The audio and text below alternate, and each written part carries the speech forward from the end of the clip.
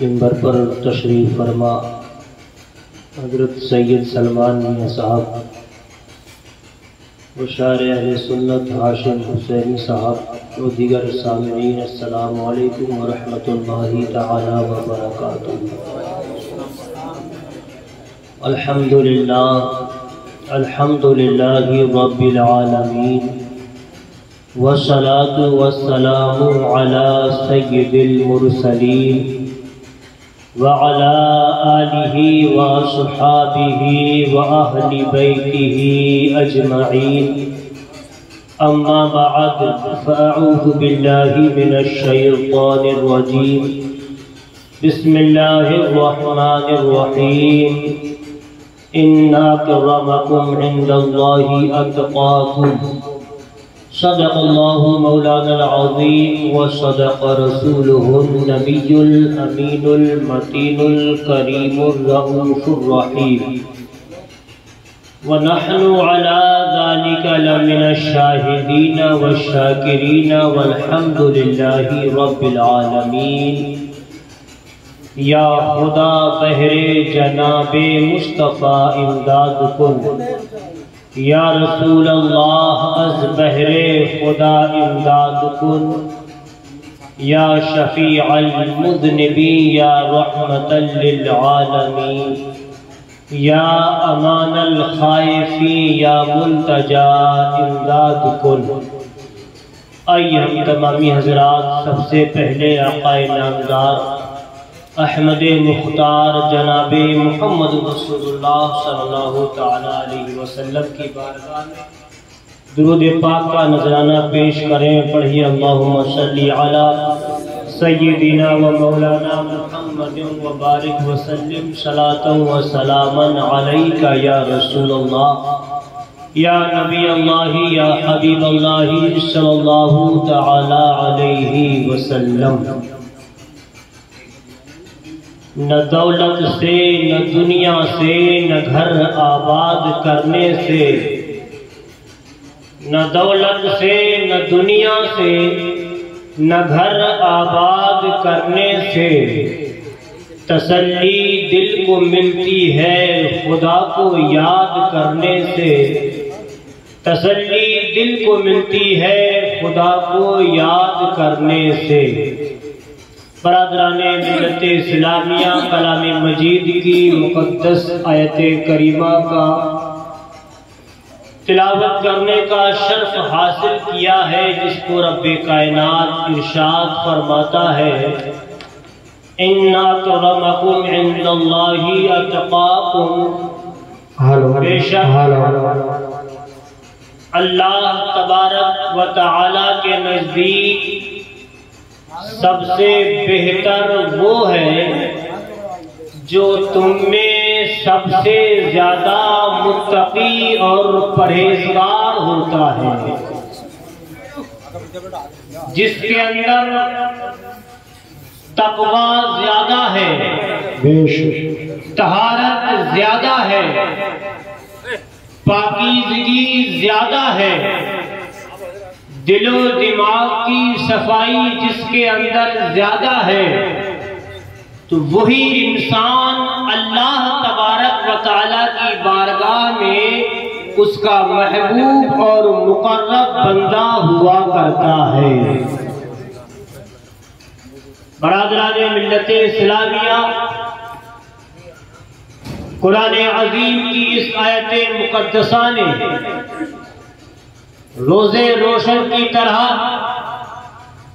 بخوبی واضح کر دیا کہ جو لوگ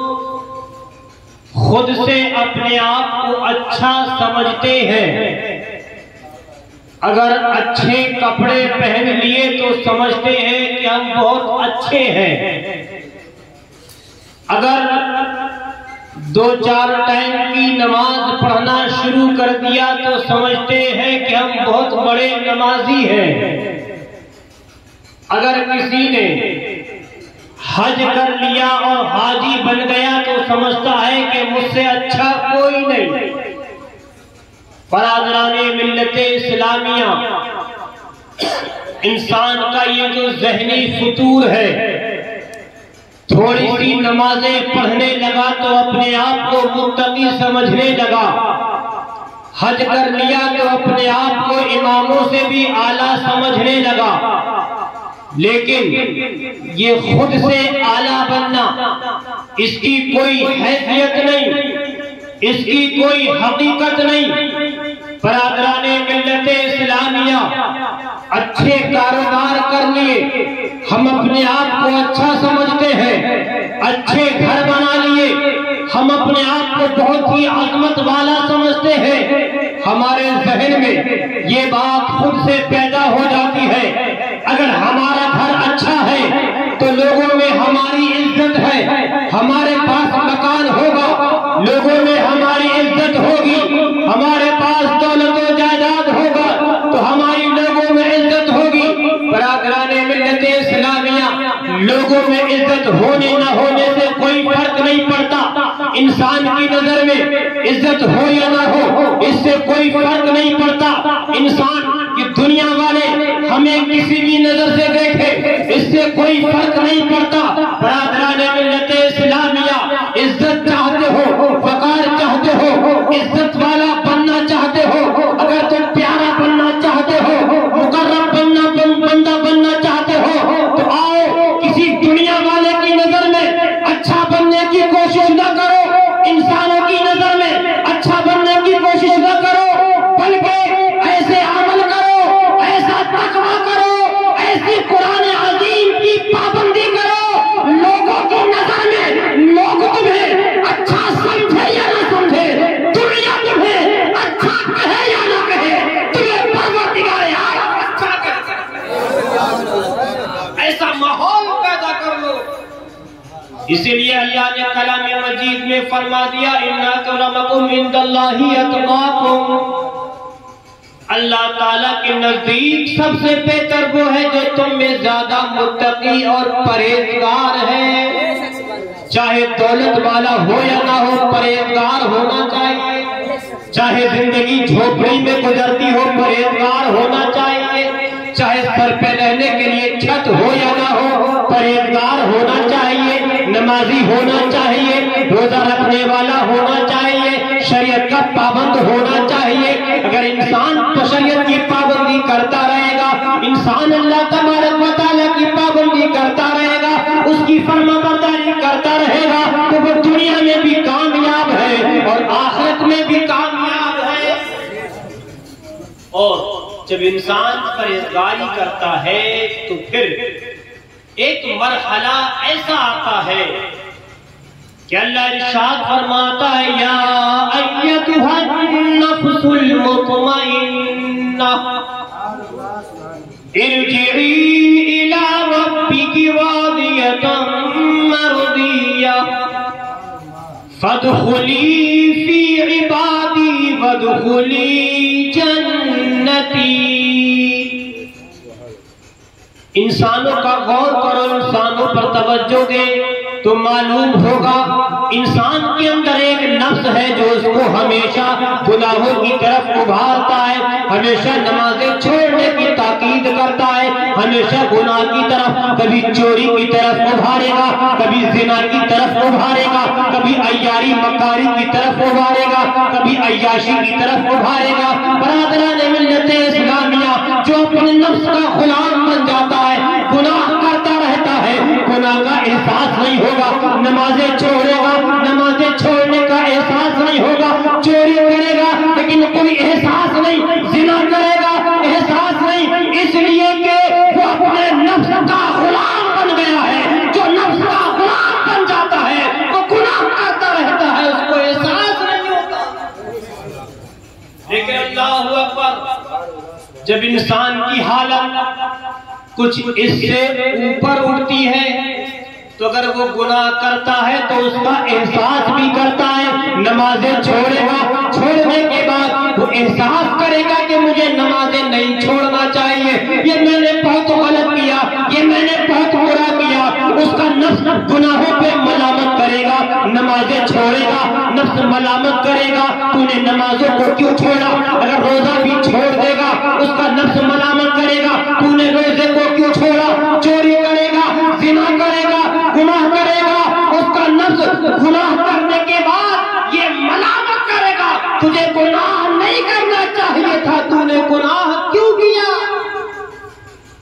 جب انسان کا مرحلہ اس طرح کا ہوتا ہے کہ گناہ کرنے کے بعد اسے احساس ہونے لگتا ہے کہ جو میں نے گناہ کیا ہے وہ مجھے نہیں کرنا چاہیے تھا، پھر جب احساس ہوتے ہوتے وہ اس مرحلے پر پہنچتا ہے کہ اب وہ گناہ کو چھوڑ دیتا ہے، گناہ چھوڑ دیتا ہے، اللہ کی بارگاہ میں سچی توبہ کر لیتا ہے، مولا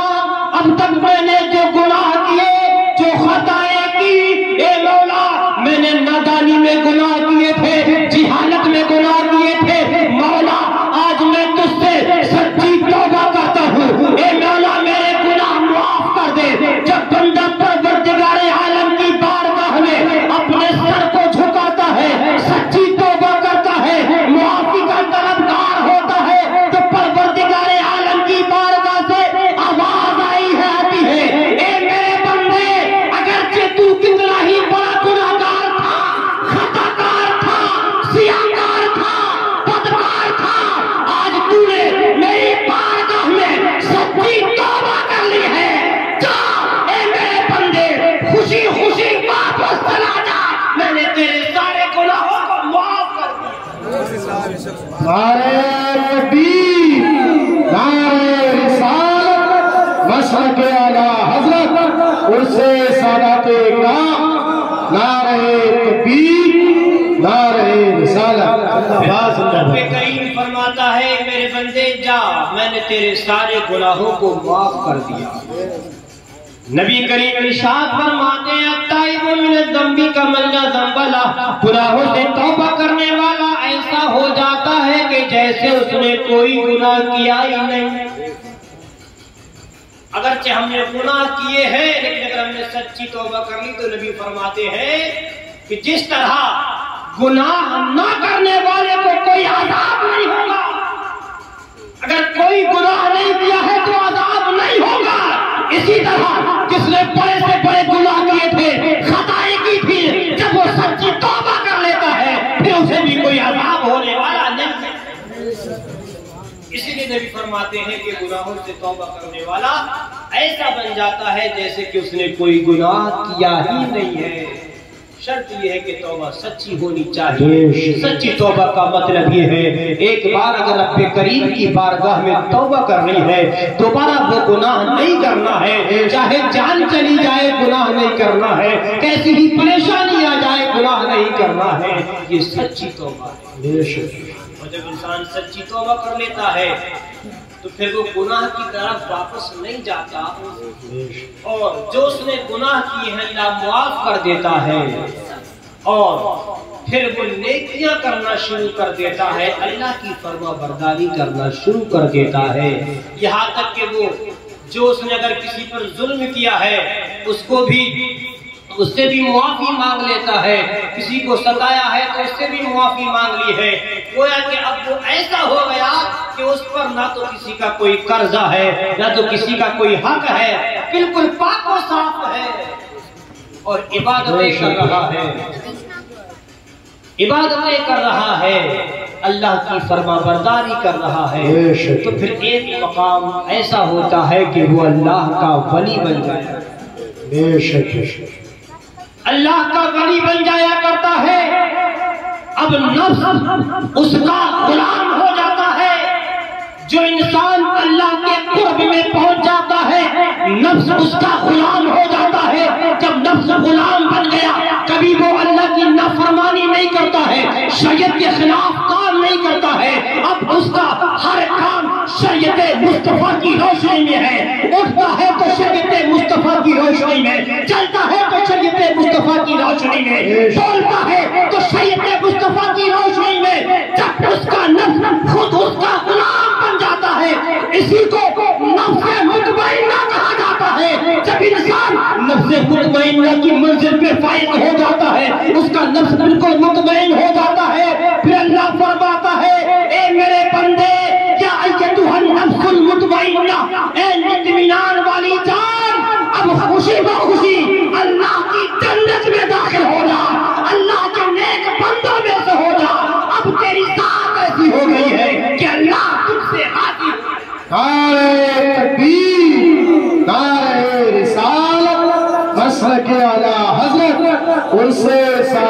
اکرام،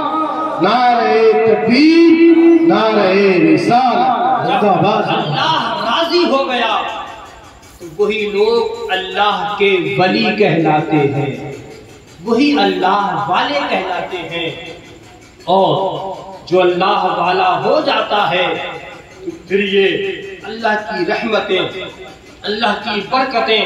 اللہ کے انعامات اس پر اس طرح نازل ہوتے ہیں جیسا ہم خود اپنی آنکھوں سے دیکھتے ہیں۔ نبی کریم ارشاد فرماتے ہیں من تواضع للہ فقد رفعہ اللہ، جو اللہ کے لیے جھک جاتا ہے، جو اللہ کے لیے جھک جاتا ہے، اللہ اس کے درجے بلند کرتا ہے۔ اب یہ اللہ والوں کی پہچان ہے، جو اللہ کے لیے جھکے ہیں تو اللہ نے ان کو ایسے درجوں بلند کر دیا ہے کہ ساری کائنات ان کا ذکر کرتی نظر آتی ہے۔ اب اس میں ایک آخری واقعہ سنا کے رخصت ہو رہا ہوں کہ انسان کو ہمہ وقت سوچنا چاہیے کہ وہ اللہ تبارک و تعالیٰ سے ڈرتا رہے۔ ہر گناہ کرتے وقت یہ سوچنا چاہیے کہ کوئی دیکھے نہ دیکھے، میرا پروردگار دیکھ رہا ہے۔ اور یہ بھی یاد رکھو، جب انسان گناہوں سے بچنے کی کوشش کرتا ہے تو اللہ تبارک و تعالیٰ بھی اسے گناہوں سے محفوظ کر دیا۔ مصر کے ایک بزرگ ہیں جن کے بدن سے قدرتی طور پر ایسی خوشبو آتی تھی جو دنیا میں کہیں دیکھنے کو نہیں ملتی۔ ان کی خوشبو کا راز کیا ہے، ان کی خوشبو کا عالم کیا تھا؟ جب آپ کے انتقال کا وقت قریب ہوا تو لوگوں نے پوچھا حضور آپ کے بدن سے جو خوشبو آتی ہے، آپ دنیا کی کون سی فیکٹری کا عطر استعمال کرتے ہیں جو ہم نے آج تک کہیں خوشبو نہیں دیکھی، وہ خوشبو آپ کے بدن سے آ رہی ہے۔ کہا کہ میں دنیا سے جاتے وقت اس راز کو فاش کر رہا ہوں تاکہ لوگ عبرت حاصل کریں، یہ اس لیے میں راز بتا رہا ہوں۔ فرماتے ہیں ایک مرتبہ ایسا ہوا، میں کپڑے کی دکان پہ کام کرتا تھا، میرے والد نے میری پرورش دینی ماحول میں کی تھی، مجھے دین کی سمجھ تھی، دین کی سمجھ تھی،